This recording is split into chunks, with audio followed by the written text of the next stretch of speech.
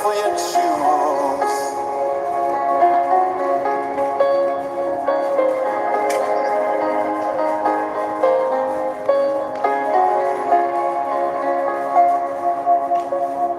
Great is Yahweh and greatly to be praised in the city that bears his name, the city of Elohim. Hi everybody, my name is Jason. I'm Caden. I'm Jaden. I'm Nicole. I'm Yah. And we are dealing with a bunch of bad dogs at the moment. Please give us a second so that we can get everybody out of the way and dealt with here. And they're all going to rise up like they always do. And our apologies. 1 second here.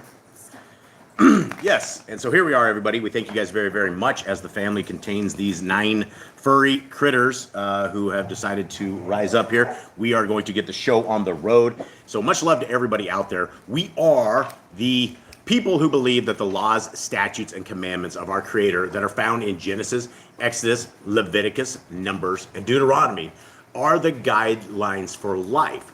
We believe that our priest, our high priest, his name is Yahushua, most people know him as Jesus the Christ, is going to come back, and he's going to reign, and he's going to reign for 1,000 years where we are able to pull. He's going to reign forever, but the first 1,000 years we hopefully will get to reign with him. And this is our hopes and that our dreams is that we are able to find this kingdom to come, that we are able to find the people of our Creator, and the people of our Creator are far different than the rest of the world. The rest of the world is right now enjoying festival holidays. They are getting ready for New Year's, when it's not a new year in anything but except the Gregorian satanic calendar. And so we have people that are, this is the deck the halls time. This is, we wish you a Merry Christmas, right? This is the time that everybody is on their knees to Satan right now, and they're going to get their kids on their knees. They're going to go before a pine tree that we've been told in Jeremiah that we should absolutely not cut down. And they're going to cut it down, and they're going to put it in their house. And they are going to get their kids, and they're going to bow on their knees with these presents underneath of a tree that is adorned with balls of silver and gold and a star on the top of it. And this is the world that we are in, that the entire world has accepted the day of Satan. And it not only have they accepted it, but they've embraced it. And for those who do not embrace it, you're called fuddy-duddies. What do they call them? Scrooges, right? We're called Scrooges if we don't enjoy the festival time. If we do not embrace Satan like the rest of the world, we are the outcast. And we should be the outcast, because if you are decking your halls around with reindeer antlers on your cars and you're embracing the satanic holiday, you are part of the world. Your daddy is Hasatan. That is what the scriptures say. We are told to stay away from pagan holidays. We're told to stay away from all this evil stuff that we are. But yet here we are on the day of Satan coming across. We have what, 15 days left, 10 days left till this very, very holiday. And so those are what separates the people of Yah from the people of Hasatan. And the people of Hasatan are going to have these mistletoes. They're going to have all of the satanic stuff, and they're going to embrace it, and they're going to like it. And unfortunately, even everybody is in on this whole scheme, and it is really hard to find people that don't celebrate these wicked holidays. And so if you are those people who do not celebrate the wicked holidays, we salute you. We thank you guys for following Yah's ways, and we can't wait to meet you guys in the kingdom to come. All right, Jade, start us off. Hear, O Yisrael, Yahuwah Elohim, Yahuwah is one. You shall love Yahuwah your Elohim with all your heart, with all your being, with all your might. And these words I command you today shall be in your heart. You shall impress them upon your children, and shall speak of them when you sit in your house, when you walk by the way, when you lie down, when you rise up. And shall bind them as a sign on your hand, and they shall be as frontlets between your eyes. You shall write them on the doorposts of your house and on your gates. Okay, that is the Shema, and that is a huge piece of biblical doctrine that we have right here, where it tells us our Elohim is one. He is not two, he is not three, he's not multiple, he is a jealous Elohim, which means he's not going to share his deity with anybody, and he never has and never will. Now his son, is the Son. It is the Son of the Most High who came, who walked the Torah absolutely perfect, and was killed for it. Kate, start us off in prayer. Gracious Father, we thank you once again for this day that you have set apart for us. You appointed, you said, if you will follow my commands, I will be your people. And you told us to take this day and rest on this day and to spend time with you on this day. And we are here doing your commands. And we ask that it is counted as righteousness for us. We ask that people here with us are also blessed, that it also counted as righteousness for them, that they are part of the family of you, that we are all part of your family, that we're doing your will today, and that we are learning from your word what you have set out for us to read today, what you have made for your people to read for thousands of years later. We ask that we get something good from it, that we ask that we get what we need. And if there's anyone new here, that you change their hearts today, that you show them the way, that you show them your Torah, and that the works of Yahushua can be shown through them. And we ask all this in Yahushua's name. Amen. Absolutely. The works of Yahushua. And the works of Yahushua keep the commandments. And he says, if you love me, you will keep my commandments. And all throughout scriptures, from the front of the book all the way to the end of the book, it is the exact same theme. If you keep my commandments, I, who's talking about Yahuwah, will be your Elohim. And it goes opposite as well. If we decide not to keep the commandments, then Hasatan is our lowercase Elohim by default. There's no middle road. There's no 50-50. You can't edge to one side, and you can't sit there and dabble in the world, have one foot in the world's pool, and expect that we are going to be worthy of the kingdom to come. The kingdom to come is for people who have chosen Yahuwah's ways, and his ways are found in the Torah. And this is what we will be reading right now. We will be reading the laws, statutes, and commandments of our Creator, and we will put them before you guys. And if anybody out there has any kind of questions or any kind of comments, definitely put it in the comments section. What we're reading that they read way back in the days when the people activity and the people didn't know the Torah. This is what the people started reading. And when the Nehemiah and Ezra started reading these books, these laws, the people started crying. The people stopped, they stopped doing what they were doing, and they started to rejoice, and they realized that there was a better way, a way forward. And these modern day religions of set and forget it, raise your hand at 8 years old and you're saved, unsaved, always saved. Doctrine tells us that is not the way. Doctrine tells us very clearly out of Messiah's own mouth that many people will try to cast out demons. Many people will do so many things in the name of our Messiah, and he will tell them all to depart from him because you work lawlessness, because you work Torahlessness, you have been rejected from the kingdom. This is Matthew. So if you are looking for the kingdom road, if we want to be a follower of Christ, which is what a Christian is supposed to be, you're supposed to be a follower of Christ. Our Messiah kept the commandments, he kept the Torah, he kept the appointed times, and he says, if you love me, keep my commandments. And he's only doing the will of his Father. He comes in the name of his Father, with the direction of his Father, and will do everything his Father did, which is why he became the ultimate sacrifice for us, which is why his death on the stake was our way to break the curse of breaking the Torah. We have a blessings and we have curses. When we keep the Torah, we're blessed. But from the time that we put our hand in that cookie jar at 3 years old and we steal a cookie, we fall under the curse of it, and the curse is spiritual death. Our Messiah came and did it, and he gave us a way out of these sinful lands that we are walking, where everybody is literally getting on their knees to Satan, and you're the outcast if you don't do it. So this is where we are into the laws, statutes, and commands, which we read every Shabbat, and we're going to read them with you right now. Did you have anything? Did you want to say hi to everybody? Oh, let's say hi to everybody. Let's do it. All right, we have Jeremy Callan, What's up, Callan? What's up, little buddy? and then we have a new name, Hazel Williams, Hi, Hazel. Days Rainey, Hey, Days Rainey. Ruby, Ruby. Candy, And Candy. and Irma, And Irma. and Mama CAA, Awesome. Good to see you. Cindy LJ, and Ollie. Oh, Cindy LJ and Ollie. Ollie, if you're... Sure test too. Yeah, Ollie, if you're here, much love to you, little brother. Much love to you, and give your mama a hug, and Cindy, give little Ollie a hug for us, will you? We have another new name, King Waymaker. Hi. Donna is another new name, Donna Haysmith. Hi, Donna. And let's see, got Mama CA, Genie Not of This World, Yay, Jeannie's here. Emissary Elohim. Sweet. Donna says she's here from North Carolina. What's up, Donna from North Carolina? And I think that's everybody. If we missed you, please, please, please accept our apologies.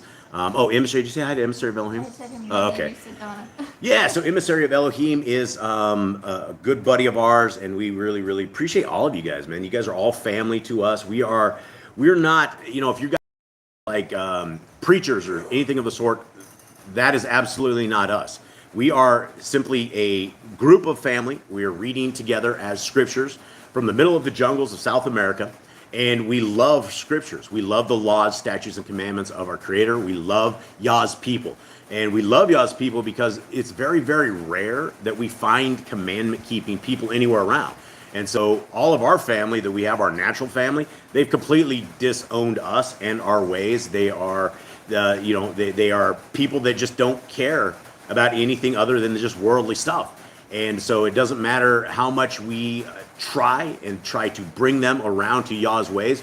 We don't have a tremendous amount of family, so we consider all of you guys, especially in this live chat, family. And we've talked with you guys over the years, and we really, really appreciate the camaraderie that we have amongst Yah's people, because Yah's people mostly are all the same. And even though we get our times wrong, even though we get our dates wrong, even though we can't figure out certain calendars and various things, we're here trying. We're here doing everything we can possibly do to get into sync with the ways of the kingdom to come. And the ways of the kingdom to come are built upon the Torah. And the Torah, again, is the first 5 books of scriptures. And it's alive. The Torah is alive. It's all around us. The ways of the Torah are things that we can implement in every facet of our life. We can have it guide our lives. It can be a litmus test against everything in this world. And if we get near breaking of the Torah, then we know that we should step back from what we are doing, because we are going to be having our Father frown upon the actions and deeds that we have. If he does it, it means everything. From the dietary laws all the way down to where you don't drink blood, you don't eat fat. It all makes a difference. And so we are the people who are attempting to try to bring all of these things that make a difference, things in our lives that we hope that you guys will embrace into your guys' lives. And this is all scripture. What you will never find at this channel is you will not find man-made doctrines. You will not find anything other than just the straight scriptures. And that's all we have. We preach against, not preach, we teach against Christianity. We teach against the rest of these 50,000 billion religions that are out there, where not a single one of them follows scriptures. You will not find it. You can go to any religion anywhere and you can ask them for what they believe and they will give it. And if you put that against what scripture says, they're all going to be off. And so we want to find the kingdom path, and the kingdom road isn't in man-made temples. It's not made in anything other than scriptures themselves. So here are the commandments of Yah that we are going to go over. And if anybody has any questions as we're doing it, let's discuss them in chat. Okay. Mr. Cole, do you have something? Anything? We have a couple more people to join. All right. Bonecat 1. Bonecat 1, what's We up? Need Yah, which is Diane. Hi, Dan. And Brooklyn. And Brother Glenn made it. Big hugs to Marina as well. Big hugs to Brother Glenn. Much love to all the guys out there. All right. Commandment number 1 is to be fruitful. Commandment number 2, multiply. Replenish the earth, subdue it, have dominion over the They are bearing in every tree is for food. Man and woman should build their own families. Master sin. Every clean moving thing that lives shall be food for you. Do not eat the blood. Walk before me and be perfect. Guard Yahuwah's laws, statutes, and commandments. Every male shall be circumcised 8 days old. Teach your children commands and guard the way of Yahuwah. Keep the Passover. Pesach. Did I just miss one? Yeah, remember Yahuwah's name for all generations. Now keep the path around. Keep the feast of unleavened bread, festival of Matzah. There is one Torah for the stranger and the Hebrew. Sanctify all firstborn to Yahuwah. There are no mighty ones before Yahuwah. You shall not make graven images. Do not bring Yahuwah's name, do not. Keep the Sabbath. And if you guys notice, there's a lot of scriptures right here that talk about it. And if you do a search on Sabbath throughout all of scriptures, it's everywhere, including the Apocrypha. There's one thing that's very, very clear when you read the scriptures, is the 7th day is a day that is very, very important to our Creator. It is important to Him because it is what fixes us. We can cruise and we can go hardcore 6 days a week, but if you continue on and you keep going 7 days, your body breaks down. When you start keeping Shabbat, your body changes, your heart changes, your mind changes, and you get that rest. And that is why we have an amazing side, Hasatan. He'll have you work 7 days a week, 24 hours the rest of your life, and you'll never have a day off, and your body never recovers.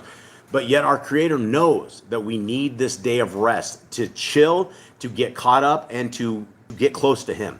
Okay, next, honor your parents. Do not kill. Do not break wedlock. Do not steal. Do not make false accusations against your neighbor. Do not covet anything of your neighbor's. Do not make an altar from rock that a tool has touched. Do not go up to the altar by the steps. If a man steals cattle, he shall restore it 5 times. Yahuwah's laws for criminals. Do not lie with beasts. No sacrifice to other gods. Do not oppress a stranger, fatherless, or widow. Do not charge your brother interest. If you borrow your neighbor's raiment, return it to him before sunset. Do not curse the ruler of your people. If you borrow your neighbor's raiment, return it to him before sunset. I probably jacked it up. I'm like trying to read the comments as well as this. You guys just read through these. There. Where are we 39. 30, I don't have a number. 38. Do not curse the ruler of your people. Do not eat what is torn of any beast. No false report. Do not follow them to do evil. Do not judge unrighteously against the poor. Bring back your enemy's cattle if you find going astray. Help the animals of your enemy. Stay away from rumors and gossipers. Take no bribes. Do not oppress the stranger. Love the stranger. Give your land rest in the 7th year. Do not mention any pagan names. Keep the feast of Yahuwah. Do not cook your goat in his mother's milk. Obey the messenger Yahuwah sends before you. Do not bow down to other Elohim. Serve Yahuwah. Make no covenant with other Elohim or outsiders of the land. Do not make or use anointing oil on a normal person. Do not make or use perfume on a normal person. Do not eat the fat. Do what you say you are going to do. Return what is your neighbor's. Obey Yahuwah's dietary laws. Women's Okay, time separate. let's talk about this real quick. Obeying Yahuwah's dietary laws. I was thinking about this the other night when I was I think it was Cindy LJ that posted a picture of I think it was lobster. It was supposed to be lobster, and Brother Glenn was like, "Is that cockroaches?" And it looked a lot like cockroaches. It looked like. So I started thinking about this, and as we are understanding the Levitical dietary guidelines that we have, and it's all found in Leviticus 11, is where this is at. But the animals that we eat are animals that do not kill other animals and eat them. The things, and I didn't think about this till later, but this is something, we have everything. Let's name off some clean food real quick, boys. Cows. Yep. Goats. Yep. Chickens. Yep. Sheep. And all of those things right there, they are not carnivores, right? Don't go out and kill things and eat them. Now, what are some things that are unclean? Pig. Vultures, ravens, pigs, Lobster. shrimp. Horse. Yeah. Now, every one of these little things that we just mentioned are, they go around and they eat the dead bodies of things. They eat feces, they eat all sorts of dead stuff. And as you are, and I've said this before, but I've talked about it, you can take a pile of shrimp and you can put it into a bucket of dirty water, and that has really, really stuff that you couldn't drink. And inside of several weeks, after the shrimp are in there, that water has been cleaned up. What we're dealing with is we're dealing with our Creator's janitors. And so when we eat unclean food, we're literally eating the janitor that has just cleaned up a pile of nastiness. Same for catfish, right? Those are very disgusting animals. And people, the other day, people were talking about cat. You can't actually put catfish into sushi. And they were talking about it because you will die from it. Because there's something about catfish being the absolute bottom dwellers that if you put that raw fish into a sushi, you'll die from it. And so I didn't know that. But what we have with dietary laws is we have an amazing understanding of what is to eat and what is not to eat. And one of the greatest problems the Christians have is getting rid of that Christian cotton candy, which is the pig. Right? They love it. It is like trying to take candy away from a baby. And when you explain to people that pig and lobster and shrimp, it's not good for you. It may taste incredible. It may taste like you're on cloud 9, but it is not good for the human system. The kind of parasites that live and dwell inside of swine you can't just eat this stuff. That's why you sit there and fry it and fry it and fry it. And yet other people all around the world end up in hospitals all year round because they have some kind of bugs inside these pigs. Now, these pigs can live just fine with the parasites. they don't have any problem. But we are told by our Creator that, hey, you guys can have a better way forward. And when you attempt to ask Christians about pigs and talk to them about the pigs, they get very angry with you because they love their swine, they love their bacon, and it's something that I don't, it's one of these things that I find it fascinating that people are unwilling to give up their pig when it comes to the commandments of our Creator. And the first thing that anybody will tell you is like, well, in the book of Matthew, all food has been made clean, right? That is the very first thing they'll tell you. The second thing they'll tell you is that Peter had a dream. And on the dream, all these dirty, filthy animals came down, and the command was to slay and eat. Both of these, out of context, will get you into a lot of trouble. The very first thing where Messiah made all food clean has nothing to do with food being made clean. It has to do with a tradition of man that Messiah was trying to break these people of, which was washing their hands before they ate. When you read this in context, their argument to Messiah was, why do your Talmudian, why do the people following you not wash their hands like the traditions of the elders? You will read this to the Christians and they're like, it doesn't matter. All food has been made clean. You explain to them the dream that Peter had nothing to do about food at all. It had everything to do about being able to minister to the Gentile people, the people that were not in the Judaism race. Our Creator said to Peter, go preach to these guys. Don't call them unclean animals anymore, because everybody is able to find the way forward if they are willing to find their way forward. All right, 62. Women's time of separation. Stay away from. Obey Yahuwah's hygiene. Keep the Day of Atonement, Yom HaKippurim. Do not uncover the nakedness of your family. Do not take a woman's sister for a wife. Do not lie with a woman or uncleanness. You shall not sacrifice your children to Moloch. Do not be a sodomite. Be holy. Do not reap the corn of your field, or you shall not glean your vineyard. Do not deal falsely or defraud your neighbor. Do not lie or be a liar. Pay your workers the day's wage they are due. Do not harm the disabled. Do not endanger your neighbor. Rebuke your neighbor for his sin. Do not hate your brother? Yeah, we should do that again. If you here, read that one real quick. No, yeah, I think you did skip one. Yeah. I think you did skip one in life. Now, let's go back there and read that again. Do not hate your brother. Do not hate your brother. What does that mean? Do not hate your brother. It's pretty self-explanatory. Huh? Do not hate your It brother. is pretty self-explanatory, but for all of us out there, this is for not just for us where we have issues with loving our brothers in this house, but it's part of the laws, statutes, and commandments of our Creator. Our Creator loves everybody, and He wants us to have respect for everybody. He wants us to love them, love our brother. People that we have hate to our fellow man, if we have hate to our brother, absolutely never ever going to find the way to our Creator. If we have taken somebody and go, oh, this guy, he's not good, for whatever reason, but yet we are unwilling to minister to them, we're unwilling to love them. Loving them means showing them the way, because there is still a tremendous amount of people that have to find the way. If we're talking about Hebrews 8 tells us that there is a time that's going to come that everybody is going to know Yah's Torah. Everybody's going to know the way. You're not going to have to explain it to anybody, because everybody that's anybody is keeping the Torah. We're not there yet. We're not even close to being there yet. So this is why we all, as individuals, have an opportunity to love our brother. And when you love somebody outside of the normal, they're going to be responsive to you. They're going to be receptive to what you're talking about. They're going to want to see why you love them when other people don't love them. So this is a chance and a change that we can all have, where we can minister to everybody. But it comes with loving. And when we look down on people, when we hate them, you're never, ever going to be able to minister to them, because they're not going to be receptive. 78, rebuke your neighbor for his sin. Love your neighbor as yourself. Do not diverse your. Do not mingle linen and wool. Do not lie with the taken woman. Do not eat fruit of the tree for 3 years. Do not practice sorcery. Do not round your beard or the corners of your head. Do not cut yourself for the dead. Do not prostitute your daughter. Do not get tattoos. Yeah. Do not defile your temple. Respect your elders. Do Do not consult the medium. respect your elders. Slow down, fellas. I don't know what Slow down, fellas, so you can get this right, please. Have correct weights and measures. Do not walk in the manners of the nation. Keep the feast of first fruits, Shavuot, Omer Count, Pentecost. Keep the Feast of Trumpets, Yom Teruah. Keep the feast of goats, Shemini Atzeret. If you blaspheme the name of Yahuwah, you shall be put to death. If you kill your neighbor's animal, you must give him another. Repay injury for injury. Honor the Yobel, Jubilee year. Confess your sins to Yahuwah and repay who you have trespassed against. The Torah be an Nazir. Wear tzitzit on the four corners of your garments. Laws of whoever touches a corpse. Follow Yahuwah's Torah.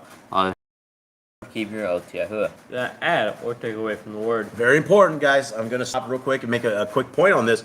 Deuteronomy 4:2 is something that everyone needs to understand. All these man-made doctrines that we have, that we've accumulated, say for instance we decide we want to worship on a Sunday, on a first day, right? The day of the sun, Sol Victus, the day that has been pagan since the beginning of time. They all the Catholics, Constantine, all of these guys, they wrapped all of this up in there to try to group everybody under the same thing. Sunday's the wrong day. But if we are believing that Sunday is the right day, and if we are going into hang out one Sunday, we're adding to or taking away from the word. The same as, an easy one to debunk is a Catholic religion, right? According to the Catholics, you have to say penance. You have to go into a little box with some guy who's just some sinner like everyone else, and you have to tell him your sins.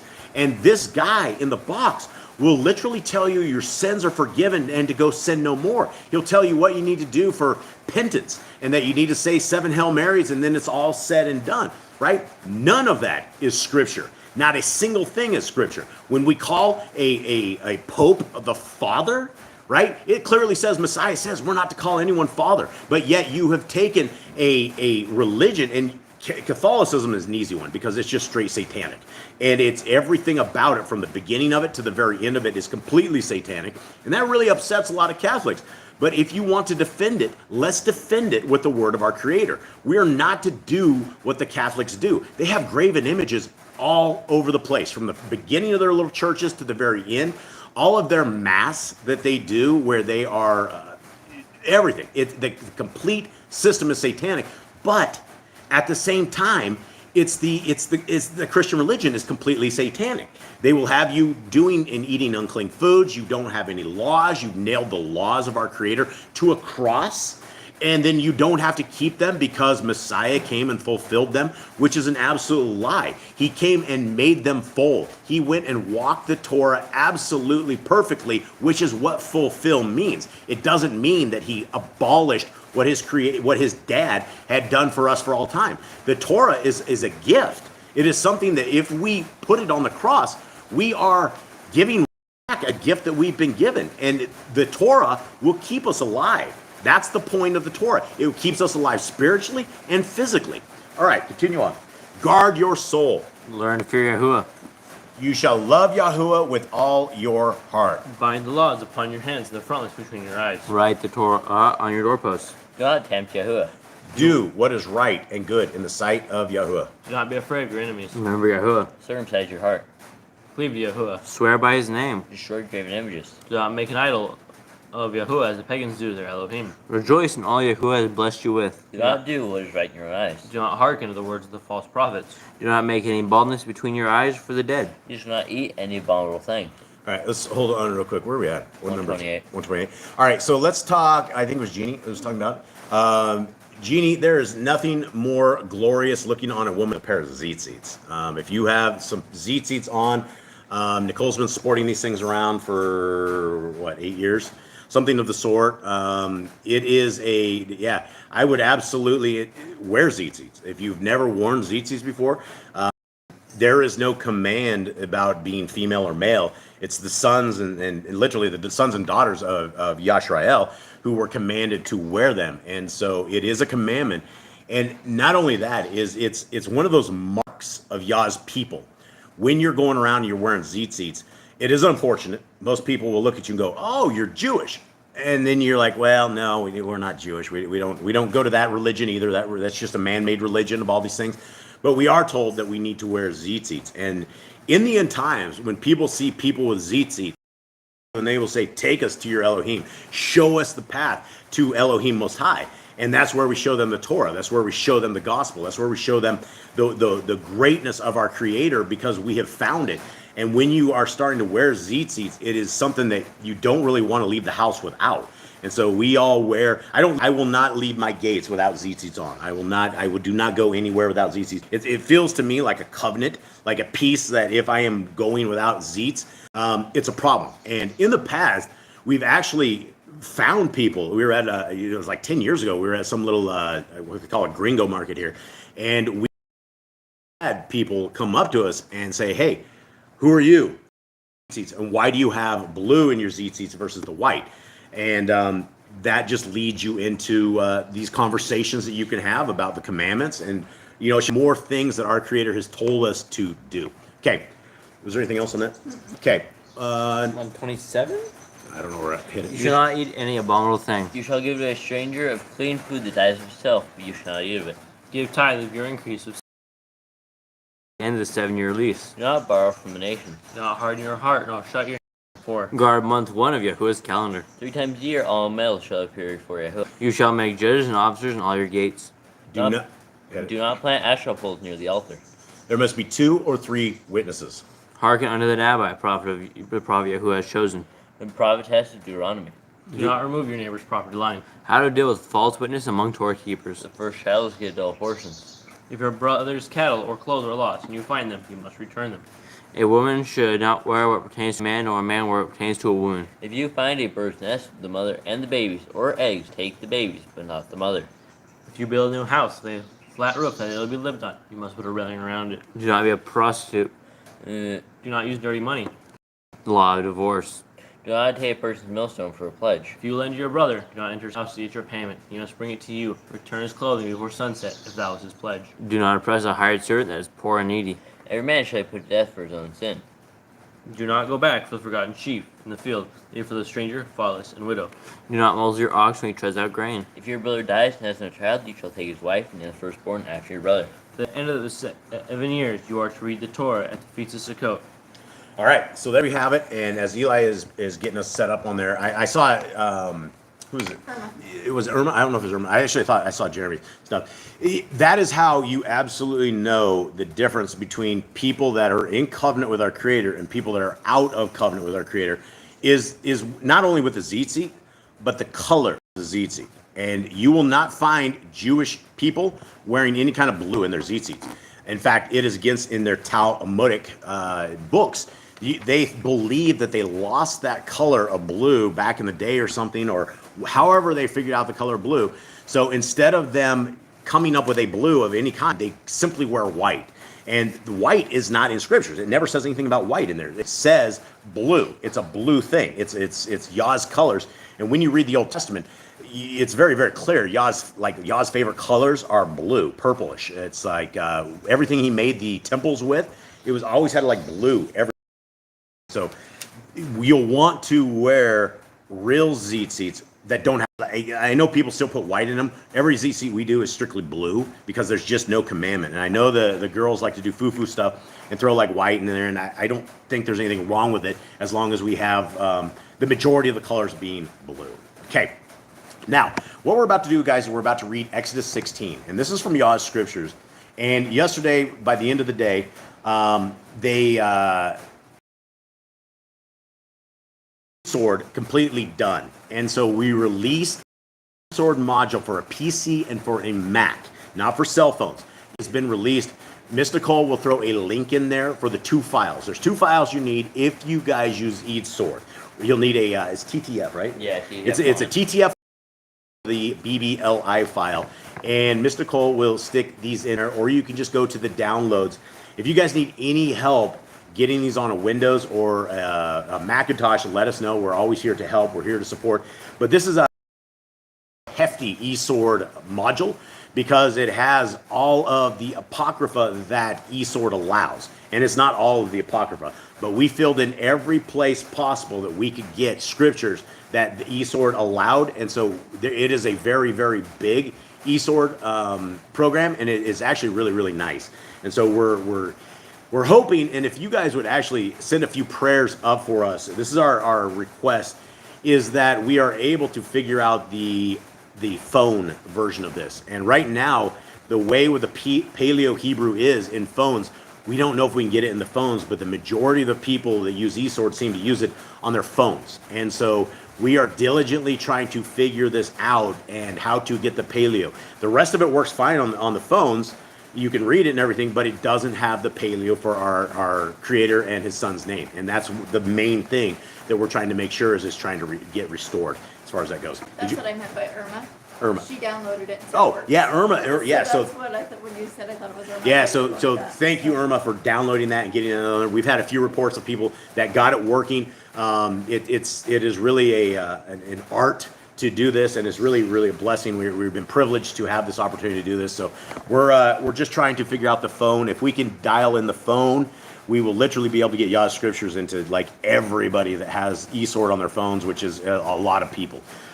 All right, so with that, guys, we are reading at the bottom, we're reading Yah Scriptures, and at the top, we are reading the Targums of Exodus as well. And you can download the PDF. Yes, and they can, and also the PDF is completely free. Every version of Yah Scriptures is completely free. You guys can download it, pass it around, please do. It's small enough, the PDF version is small enough.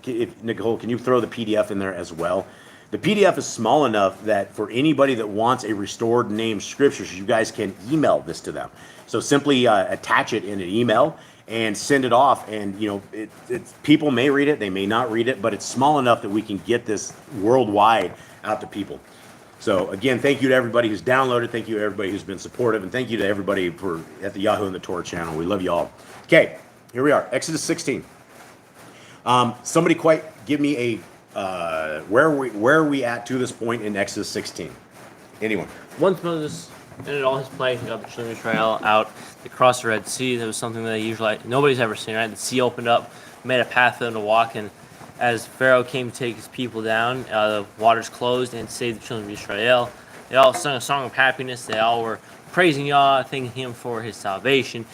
And then, not very long later, they started all complaining because they had no water. It was 3 days later, wasn't it? Yeah. Yeah, 3 days later, they went from celebration to sadness, which is something that hopefully we can all take notes of. That we need to praise our Creator more in sadness than probably in happiness. When we're being tested, when we're being tried, this is when we really need to praise our Creator, because there's things in the supernatural that none of us can see. There's things around us that none of us are able to understand. And that is why the power of prayer is something that is incredible. And why I think I'm going to coin the phrase is that we all need to start praying until we start praying. And oftentimes I will sit there and my mind I just start praying and my mind is gone. All of a sudden I'm like thinking about things. I'm like, wow. And I apologize to our Creator. I'm like, wow, I'm really, really sorry. I have an attention span of a goldfish. I can't even like keep in prayer for 30 seconds. So it is an art that we need to do. We need to get in communication with our Creator. He absolutely listens. He absolutely has the power of legions of angels that can help us and deal with the things that we're encountering. So don't forget prayer as an essential part of this walk. Okay, Exodus 16, here we go. And they departed from Elim, and all the congregation of the children of Israel came to the wilderness of Sin, which is between Elim and Sinai, on the 15th day of the second month after their going out of the land of Mitzrayim. And all the congregation of the children of Israel grumbled against Moshe and Aaron in the wilderness.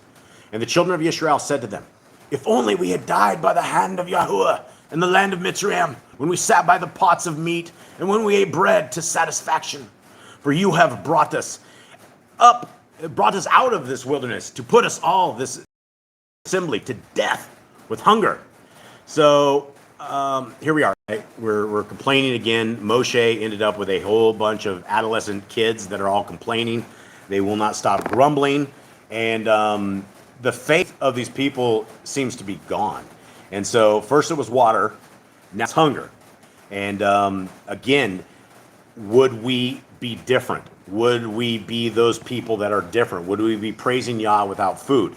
We can do that all in this life that we're in right now, right? A lot of us have problems finding food a lot of times. Are we praising him with very minimal, or are we complaining? 4. And Yahuwah said to Moshe, see, I am raining bread from the Shamayim for you.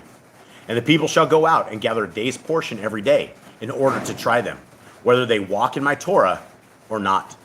And it shall be on the 6th day that they shall prepare what they bring in. And it shall be twice as much as they. And this is one of these things that it's the 6th day, right? If we had our 7th day wrong, then we would have been without food, which is why this Sabbath day is vitally important that we are keeping it, that we're getting in alignment, because there might be a time when we are all called back to Israel. There might be a second Exodus where manna might start raining again, and there's definitely going to be Sabbaths. There's definitely going to be appointed times. There's definitely going to be a Torah keeping in the kingdom to come. And so if we don't pick up our food on the 6th day, you're going to go hungry on the 7th. Okay, now we're heading up to the Targum. And the whole congregation of Yisrael journeyed from Elim and came to the desert of Sin, which is between Elim and Sinai, on the 15th day of the month of, I don't even know what the word is, Ijar? I don't even know. This sounds like some sort of Jewish naming scheme to me. The second month from going out forth from the land of Mizraim. And on that day, the bread which they had brought out of Mitzrayim was finished. And all the sons of Yisrael grumbled against Moshe and against Aaron in the desert. And the sons of Yisrael said to them, would we have died by the word of Yahuwah in the land of Mitzrayim when we sat by the cisterns of meat and ate bread and had enough? Why have you brought us out of this wilderness to kill us, to kill all this congregation with hunger? And Yahuwah, said to Moshe, behold, I will cause the bread which has been laid up for you from the beginning to descend from heaven. And the people shall go out and gather the matter of a day by the day, that I may try them whether or not they keep the commandments of my Torah or not. So here we go. You know, this is essentially the test of our life is this bottom part of this verse, right? Our Creator has given us the word of our Creator, Him, right? He's given us all this. He's given us the understanding. But why? Well, I would surmise that it is that whether or not we will keep the commandments of Yah's Torah or not, right? The same concept for them goes for us. Will we obey the Shabbat? Will we obey the appointed times? Will we keep our dietary guidelines? Will we obey the commandments or not? And that is what the resume is that we are all living. Will we to the higher power and succumb to his ways, which his ways are very, very good? And I would like to surmise that the other ways will lead us to death. When we're eating unclean food, when we're doing horrible things, it will lead us to a physical death that is a very bad death. We shouldn't be doing this. Our Creator's here to keep us alive. All right, now I'm heading back to Yah Scriptures at the bottom. And Moshe and Aaron said to all the children of Yisrael, at evening you shall know that Yahuwah has brought you out of the land of Mitzrayim. And in the morning you shall see the esteem of Yahuwah, for he hears your grumblings against Yahuwah. And what are we that you grumble against us? And essentially, guys, this is the same as what I'm talking about with prayer, right? Yah hears our grumblings. He also hears our prayers, right? And this is why we need to be thankful to him for everything. If you're down to your last egg in your house, you have less than a bag of lentils left, you need to praise Yah that you still have that. When you are out of food completely, then you need to praise Yah that he's here.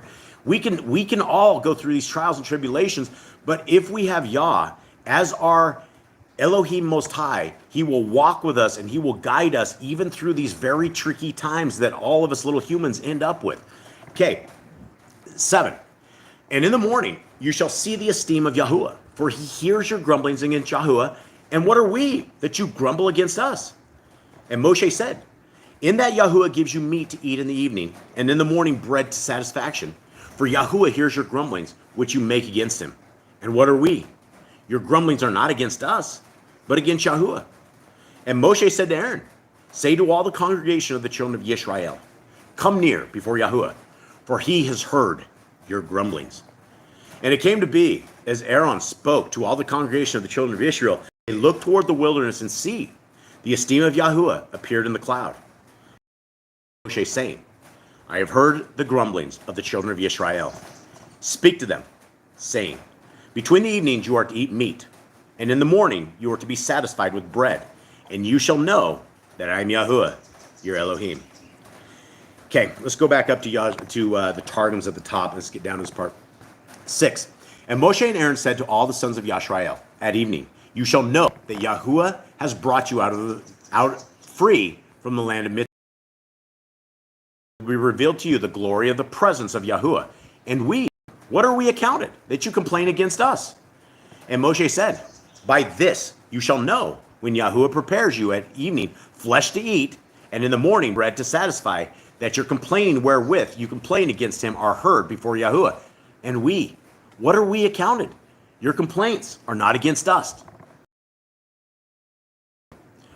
Moshe said to Aaron, bid all the congregation of the draw nigh before Yahuwah, for your murmurings are heard before him.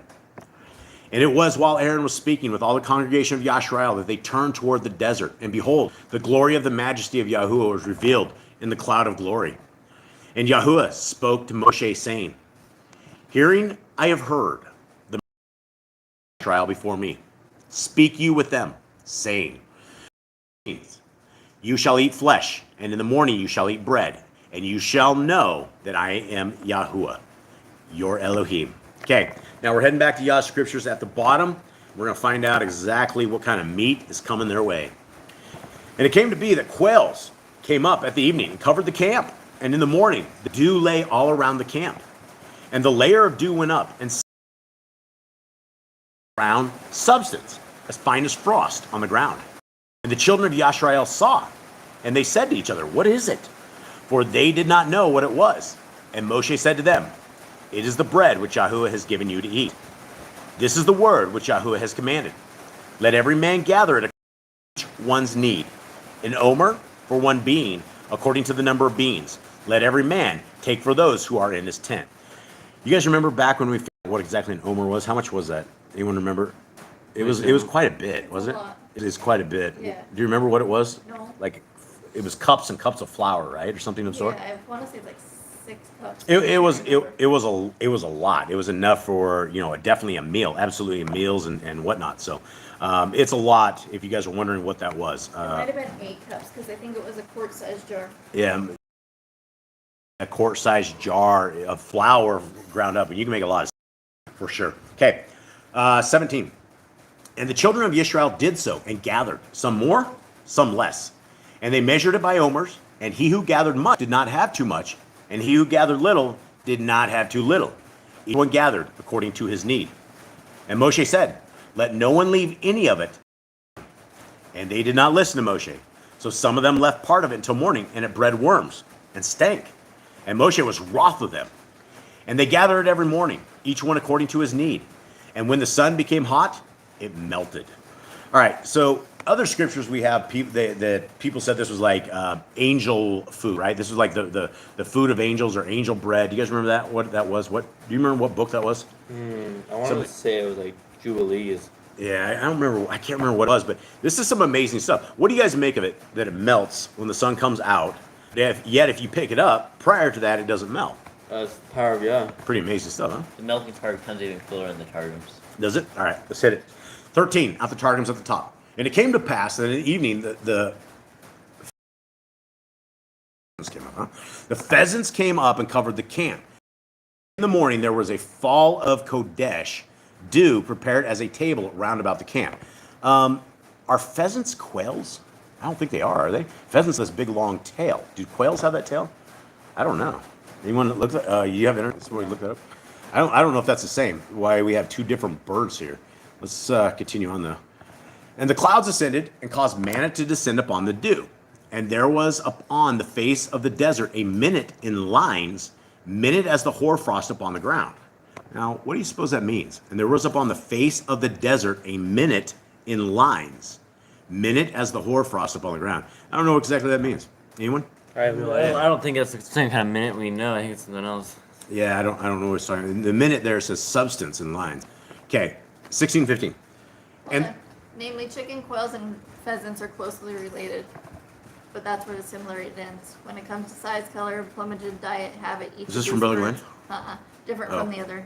Even though all 3 animals produce by laying eggs, there are many distinguishing characteristics. Okay, so that is something that is different in scriptures, which is what people need to understand. Again, quail or pheasants, I don't think it's a salvation issue, but there's definitely in the Targums. This is the thing we found with the Targums is you gotta spit the bones and chew the meat, because I do think there's I don't think a quail is a pheasant like Nicole said. So let's continue on. 15. And the sons of Yashrael beheld and wondered and said, a man to his companion. Man who? For they knew not what it was. And I don't know, is that a question? Man who? Yeah, I think they were trying to say manna. Like someone said manna or something. Like I don't know what it is, but I think that's like manna or something is what they're saying. Like, that's the only thing I could figure out. The Targums is definitely some interesting stuff. Okay, for they knew not what it was. And Moshe said to them, it is the bread which has been laid for you from the beginning in the heavens on high. And now Yahuwah will give it to you to eat. And sorry, we had dogs doing something weird. This is the word which Yahuwah has dictated. You are to gather of it, every man according to the number of your souls. Every man according to the mouth of the number of the persons of his tabernacle are you to take. And the sons of Yashrael did so, and gathered manna more or less. But when they measured by the omer, nothing remained above the measure of him who had gathered much. And he who had gathered little wanted nothing of the measure, every man according to the mouth of his eating. So they gathered. All right, so I found this fascinating because I was going to comment in Yah's scriptures on this thing, but what it sounds like to me on that, it doesn't matter how much you gathered.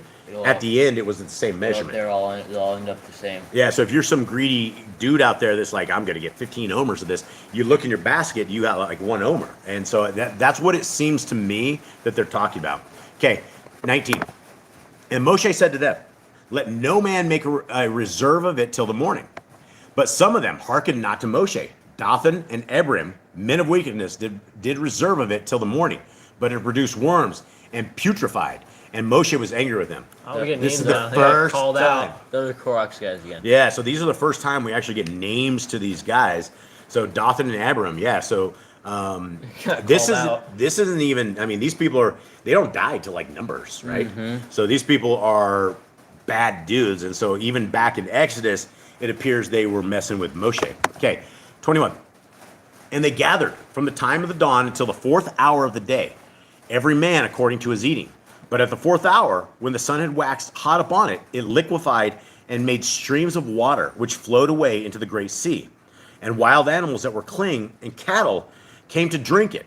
And the sons of Yashrael hunted and ate them. That's interesting. That's something you never ever get anywhere else. So there we are with this because I guess Yah said the meat would come. And so possibly did they hunt all that stuff, all the wild animals that came, and maybe they hunted that meat? That's what the Targum says. And again, if it's not in the scriptures, we need to take it with a grain of salt. It just becomes an adjective, a description, something that we can take note of. But if you're trying to make something like this doctrine, it's probably not a good idea because we don't know. A lot of these the Jewish folks went crazy with as well. Okay, 22. 22 on the bottom. And it came to be on the 6th day that they gathered twice as much bread, 2 omers for each one. And all the rulers of the congregation came and told Moshe. And he said to them, this is what Yahuwah has said. Tomorrow is a rest, a Shabbat, Kodesh to Yahuwah. That which you bake, bake.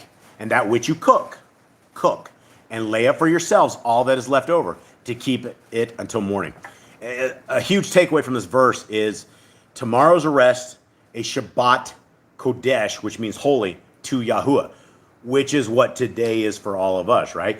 We are here because we love Yah. We love our Creator. We want to do what He says to do. And, you know, honestly, we don't know if the Saturday on the Gregorian calendar, which we call the 7th day, is the 7th day.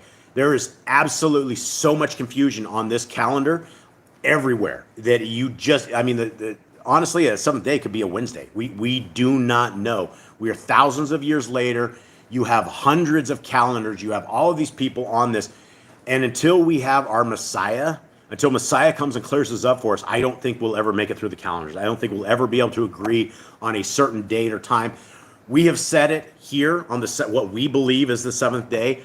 I would not be surprised to find out if Tuesday was the 7th day and we had this all wrong when Messiah comes. So when he makes it, we're probably going to be readjusting everything that we know. Okay, 23. Is it 23? 24. 24. And they laid it up till morning, as Moshe commanded, and it did not stink, and no worm was on it. And Moshe said, eat it today, for today is the Shabbat to Yahuwah. Today you do not find it in the field.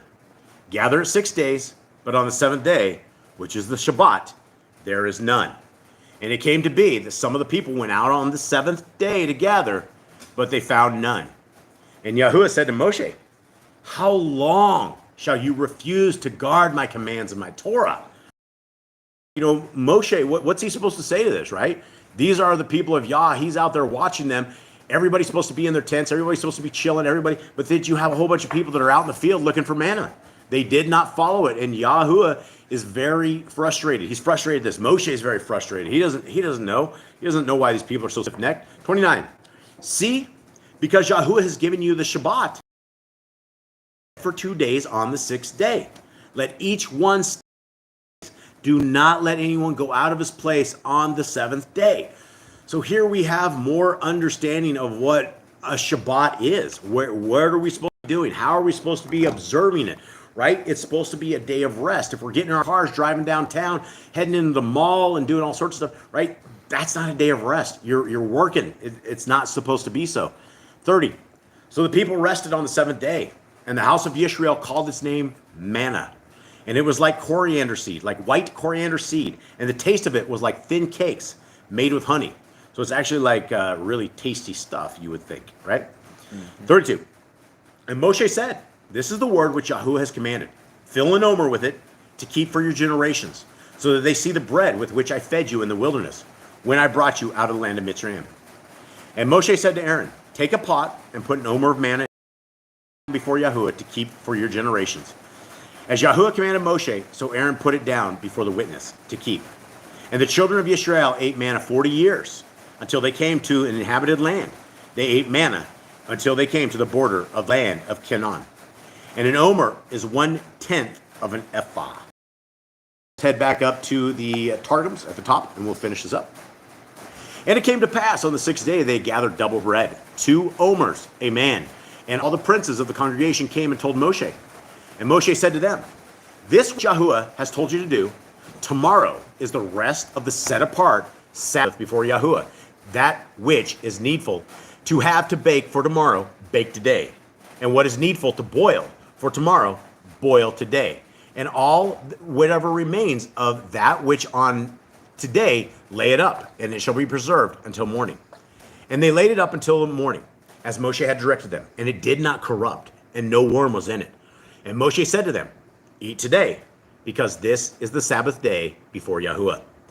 This day you will not find in any field. 6 days you shall gather, but on the 7th day, no manna will come down. And it was on the 7th day some of the wicked people went forth to gather manna, but they found none. And Yahuwah said to Moshe, how long will you refuse to keep my commandments and my Torah? Because, behold, because I have given you the Shabbat, I gave you on the 6th day bread for 2 days.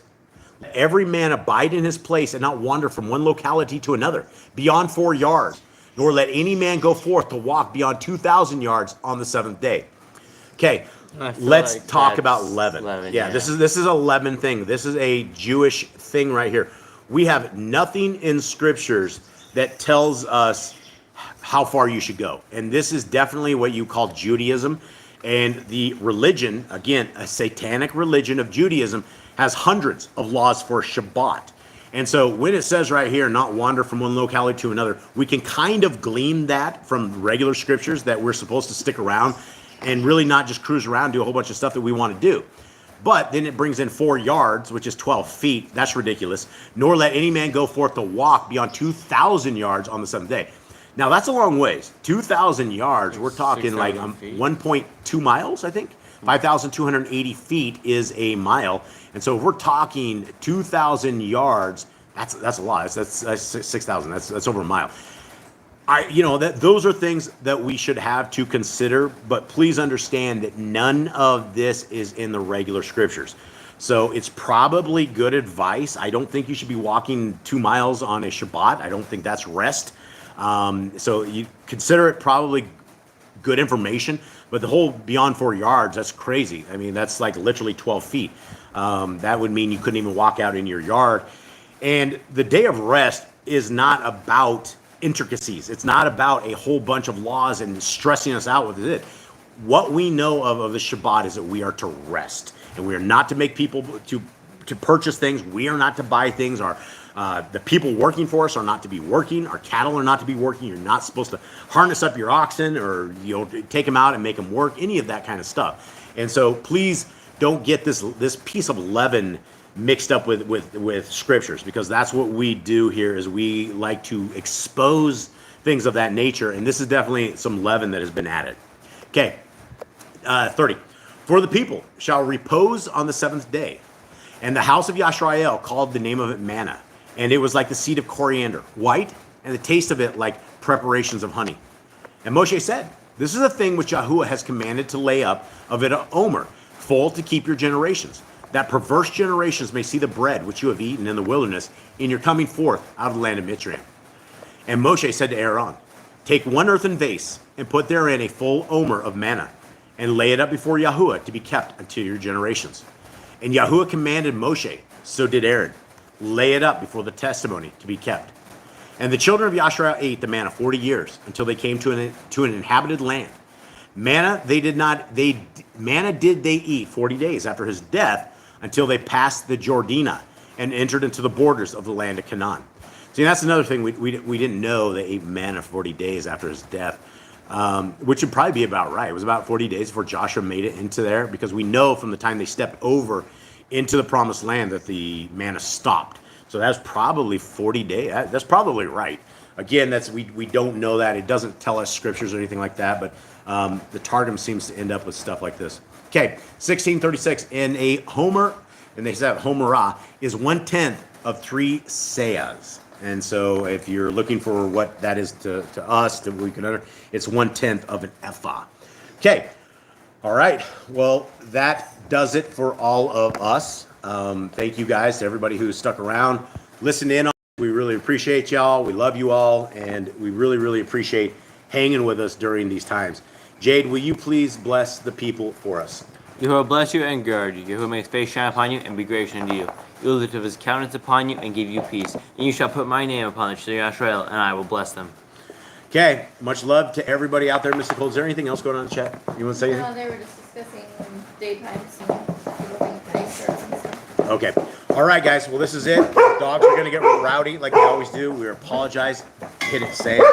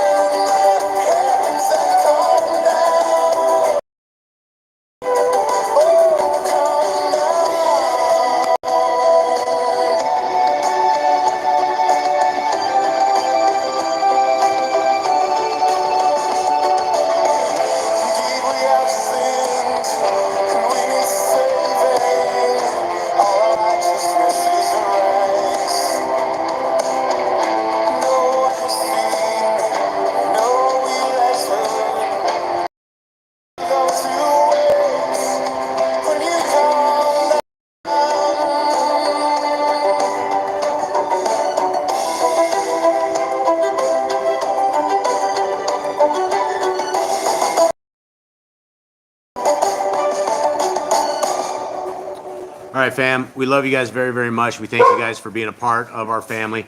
May Yahweh bless you and keep you. May his light forever shine upon you. May he grace us with majesty, and may you forever find the love of Messiah Yahushua. Thank you, y'all. Shalom. Shalom, everyone.